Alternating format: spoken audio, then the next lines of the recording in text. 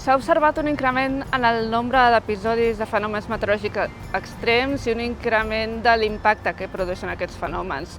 Això s'explica també perquè hi ha un increment en l'exposició, per exemple, amb l'ocupació de zones de risc. Això comporta que hi hagi més pèrdues econòmiques i més danys. I com responem nosaltres com a societat?